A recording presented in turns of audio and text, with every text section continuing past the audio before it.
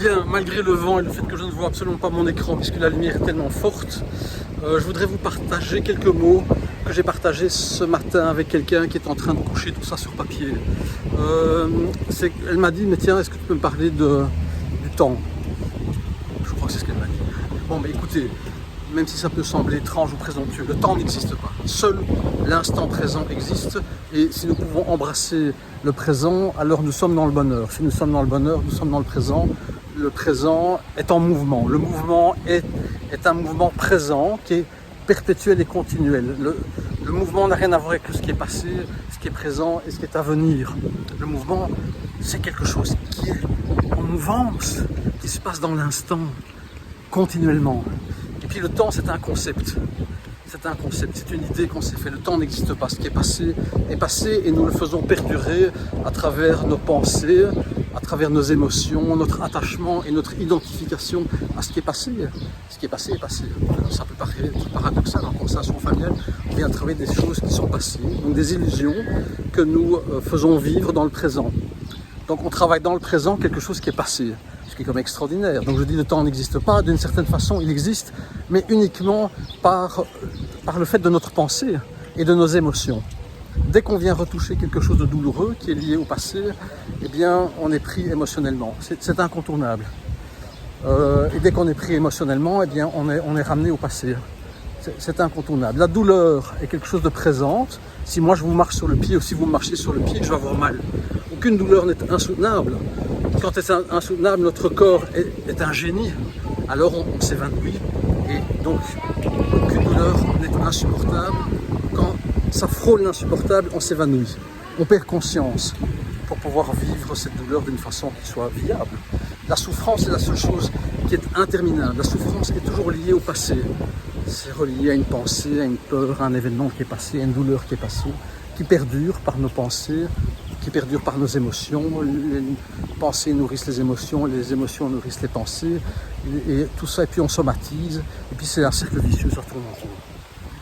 Voilà, donc je le redis, la douleur est présente, la souffrance est liée au passé ou ce qui est à venir. On souffre, on a peur de ce qui est à venir, on a peur de réitérer quelque chose de connu, et pour ça on rejoue tout le temps ce qui est connu. On tourne en rond, c'est un carrousel. Le bonheur est quelque chose de permanent, de présent, qui est en mouvance, c'est notre nature profonde, c'est comme la joie. On dit qu'il y a 4 émotions, c'est une erreur fondamentale. Et il y en a 3, c'est vrai, la tristesse, la peur et la colère. La joie, c'est notre nature profonde. Et puis bon, nous sommes des êtres dénaturés, nous sommes trop cultivés, on est trop savants. Au plus on est civilisé, au plus on est dénaturé. Au moins on est civilisé, au plus on est naturel et on est proche de la nature. On est en harmonie avec la nature. En tous les cas, beaucoup plus que nous ne le sommes, nous, ici, dans ces pays prétendument civilisés qui exercent des pouvoirs terribles sur le reste du monde. Au plus on est civilisé, au plus on est dans la souffrance. Au plus on est naturel, au plus on est présent. Au plus on est présent, au plus on est dans le bonheur. Le bonheur est présent. C'est vrai que la souffrance est en lien avec ce qui est passé et ce qui est à venir, avec l'hypothétique et quelque chose qui n'existe plus. C'est extraordinaire. Donc cette souffrance est illusoire. Et pourtant, c'est ce qui nous habite. Quand on peut voir ça, quand on peut arrêter de s'identifier, de s'attacher à quelque chose qui n'est pas, alors on est dans le présent. Le présent nous embrasse, et nous embrassons dans le présent. Le bonheur, c'est le présent. Le mouvement, c'est le présent. La félicité, c'est le présent. La réalité, c'est le présent. Tout le reste, c'est l'imaginaire. C'est l'imaginaire qui nourrit les émotions, les sensations. Un pur délire, quoi.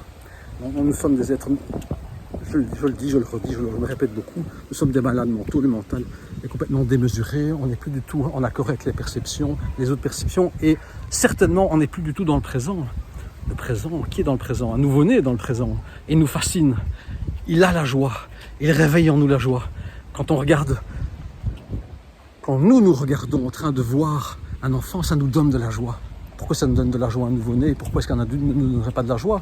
Un nouveau-né nous donne la joie parce qu'il est pur, il n'est pas encore dénaturé, il est dans le présent, seul l'instant, c'est le bonheur, c'est le bien-être. Toutes ces choses-là, nous venons les voir, les travailler en constellation familiale, en tous les cas à travers ce que moi je propose. On vient poser un regard neuf sur nos certitudes, sur nos croyances, sur nos convictions, sur nos intentions. On vient poser un regard neuf. On vient voir quelles sont les dynamiques boiteuses dans notre existence. Comment se fait-il qu'on a une place qui n'est pas notre meilleure place et qu'on donne des places aux autres qui ne sont pas leur meilleure place? Pourquoi chacun n'est-il pas à sa place? Pourquoi les dynamiques ne sont-elles pas impeccables? Soit c'est impeccable pour tout le monde, soit ce n'est pas impeccable. Impeccable pour l'un au détriment de l'autre, ou pour l'autre au détriment de l'un, ça ne va pas. Ça, c'est la source de toutes nos souffrances. C'est ce que nous venons de travailler en constellation familiale, en consultation individuelle, par Skype, par Zoom, de visu, lors des week-ends et lors d'une formation où toutes les facettes de notre existence vont être travaillées. Je vous y convie de tout mon cœur. Et c'est votre vie, c'est entre vos mains. Pour moi, ça ne changera rien. Je vous remercie et à bientôt.